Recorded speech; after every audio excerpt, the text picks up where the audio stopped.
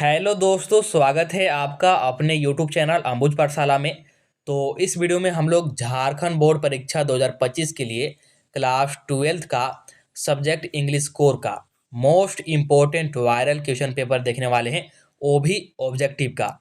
तो आज के आपके एग्जाम में यहाँ से बहुत सारे क्वेश्चंस डायरेक्टली देखने को मिलेंगे। डायरेक्टली यहाँ से बहुत सारे क्वेश्चंस मैच होंगे। तो चलिए वीडियो को शुरू करते हैं।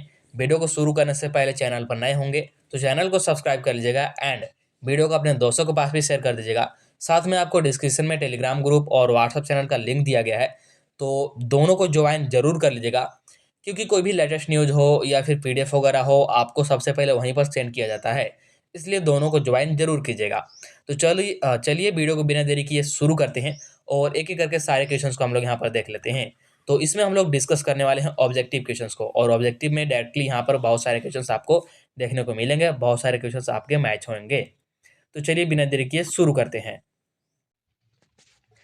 देखिएगा हमारे पास पहला प्रश्न कौन सा है। देखिए यहाँ पर हमारे पास पहला प्रश्न क्या बोल रहा है, which of the following is not a component of a letter to editor. यानी कि लेटर टू एडिटर, यानी कि हम लोग लेटर राइटिंग कर रहे हैं एडिटर के पास, ठीक।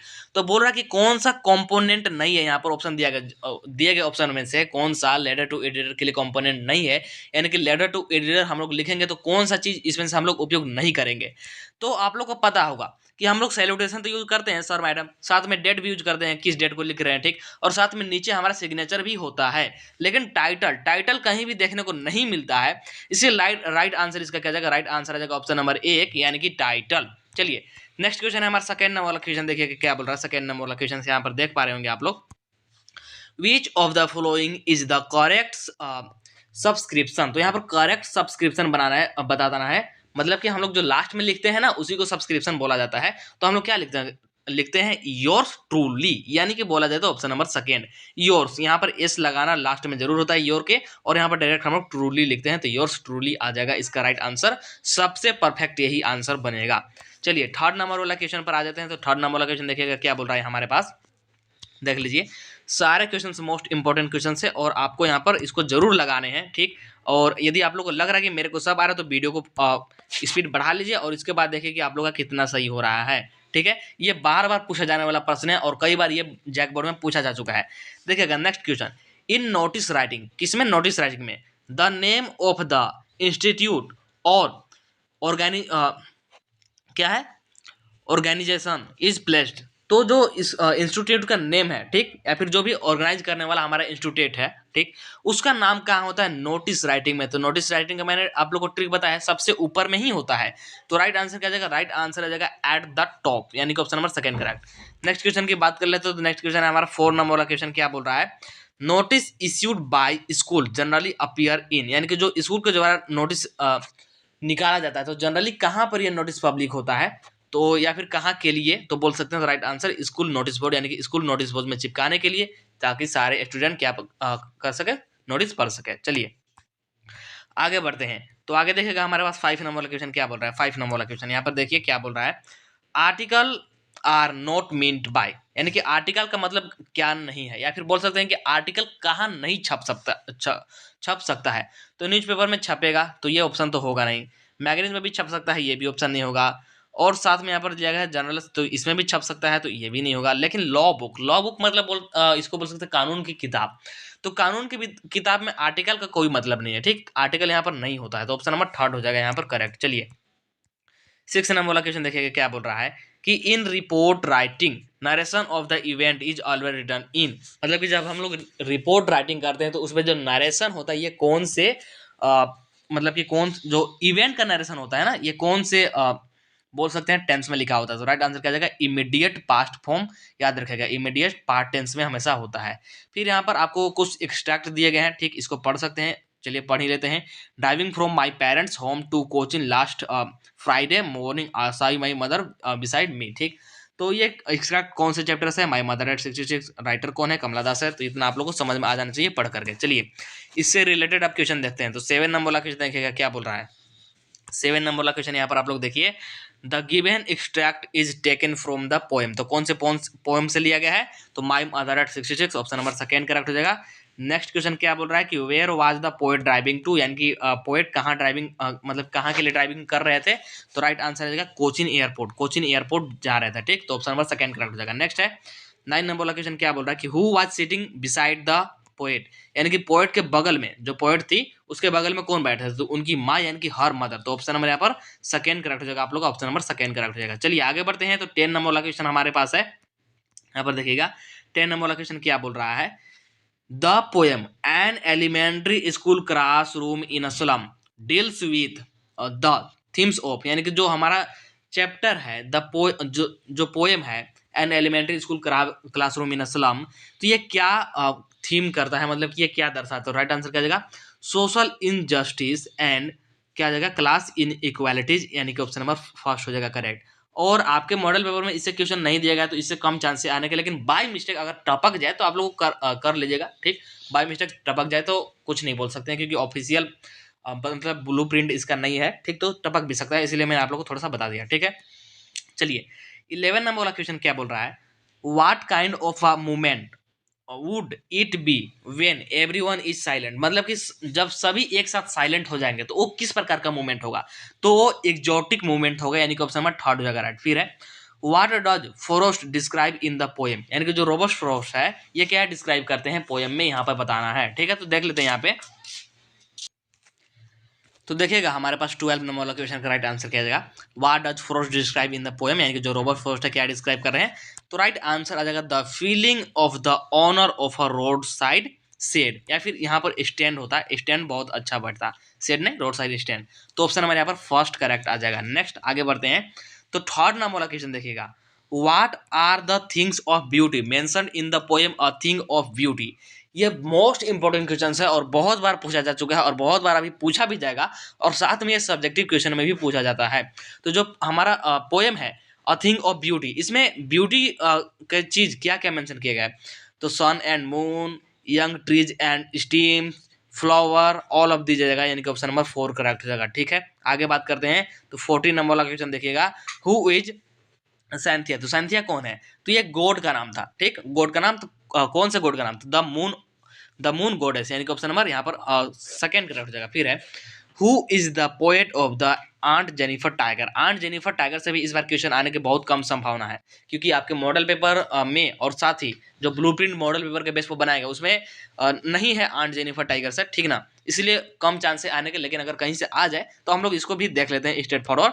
तो राइट आंसर क्या जाएगा, राइट आंसर जाएगा एड्रिन रिच, यानी कि ऑप्शन नंबर सेकंड करेक्ट हो जाएगा। ठीक है, इसके बाद बात कर लेते हैं। तो यहाँ पर हमारे पास 16 नंबर वाला क्वेश्चन है। 16 नंबर वाला, which language would the student study from the next day, यानी कि कौन सा लैंग्वेज स्टूडेंट अगले दिन से पढ़ने वाले थे।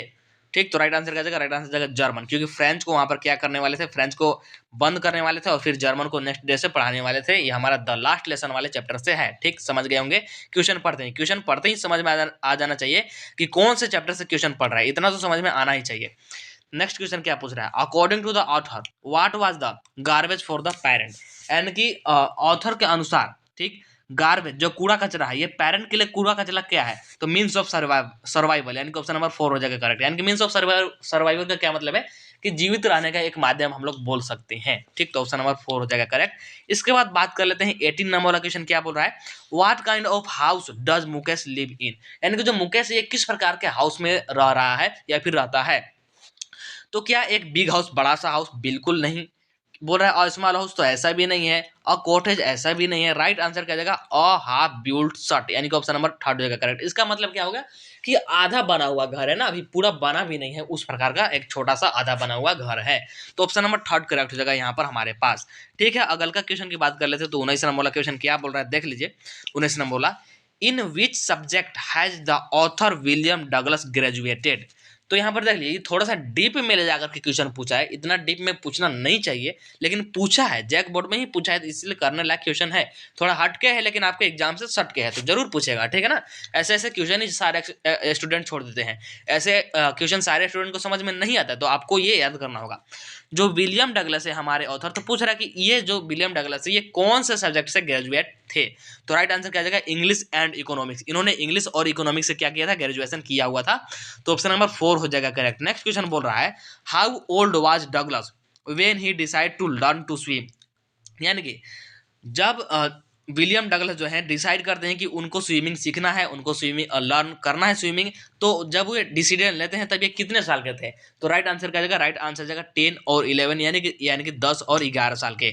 और इससे सब्जेक्टिव क्वेश्चन बनता है जो कि आपके मॉडल पेपर में भी है और मैंने आई थिंक इंपॉर्टेंट क्वेश्चन में भी कराया है, तो यहाँ से एक क्वेश्चन बनने की 100% संभावना है, तो जरूर कर लीजिएगा। चलिए आगे बढ़ते हैं।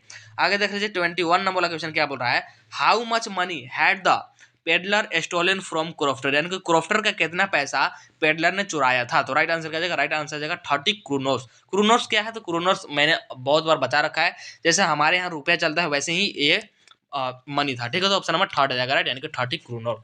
आगे बढ़ते हैं 22 नंबर वाला question, whose house did Shukla lead Gandhi ji to in Patna, यानी कि जो शुक्ला है राजकुमार शुक्ला, इनका पूरा नाम क्या था? पूरा नाम था राजकुमार शुक्ला, ठीक है। तो ये गांधी जी को कहाँ लेके जाते हैं? पटना में। तो राइट आंसर क्या जाएगा? राइट आंसर जाएगा राजेंद्र प्रसाद। बहुत सारे स्टूडेंट यहाँ पर कंफ्यूज होते हैं, जेबी कृपलानी यहाँ पर टिक लगा देंगे तो एक नंबर यहीं पर आपका कट जाएगा, ध्यान दीजिएगा। राइट आंसर क्या जाएगा? राइट आंसर जाएगा राजेंद्र प्रसाद। चलिए 23 नंबर वाला क्वेश्चन क्या बोल रहा है, हु वाज राजकुमार शुक्ला, और ये सब्जेक्टिव में भी पूछा जाता है और मैंने कराया भी है, ठीक। तो राजकुमार शुक्ला कौन था? तो एक पुअर पीजेंट था। राइट आंसर आ जाएगा ऑप्शन नंबर यहाँ पर सेकंड। अब पुअर पीजेंट ऑफ चंपारण अगर कर देते ना, पुअर पीजेंट ऑफ चंपारण, तो और भी ये ऑप्शन अच्छा बन जाता है, लेकिन यहाँ पर जितना दे रखा है उतना भी हम लोग सेटिस्फाई है। आगे बढ़ते हैं 24 नंबर वाला की, हु इज एम्बर्टो, तो एम्बर्टो कौन था यहाँ पर बताना है, और प्रोफेसर और डॉक्टर और जर्नलिस्ट और लॉयर। तो राइट आंसर क्या आ जाएगा यहाँ पर? राइट आंसर इसका आ जाएगा प्रोफेसर, ठीक है। चलिए आगे बढ़ते हैं। आगे देखिएगा नेक्स्ट 25 नंबर का क्वेश्चन, डैनी कैसे was a player in the football team of, यानी कि जो डैनी कैसे है ये एक फुटबॉल प्लेयर था, इतना तो आपको पता होगा ही, लेकिन अब ये कहाँ का फुटबॉल प्लेयर था, किस टीम का था, ये बताना है। और ये इंपॉर्टेंट क्वेश्चन है और साथ में सब्जेक्टिव में भी आ जाता है ना, तो याद रखिएगा। राइट आंसर क्या जाएगा? राइट आंसर आ जाएगा आयरलैंड। राइट आंसर क्या जाएगा? आयरलैंड। नेक्स्ट क्वेश्चन है, what was Sophie father me to buy if Sophie ever come into money, मतलब कि अगर सोफी के पास पैसा आ जाता है, ठीक, ऐसा बोल रहा है, तो जो सोफी के फादर ये क्या सबसे पहले खरीदेंगे? तो बोल रहा है कि और लग्जरी कार, नहीं बिल्कुल नहीं, और यार्ड एक बिल्कुल नहीं, और सोप बिल्कुल नहीं, और डिसेंट हाउस, एक यानी कि एक बढ़िया सा क्या करेंगे? घर कर देंगे, ठीक है।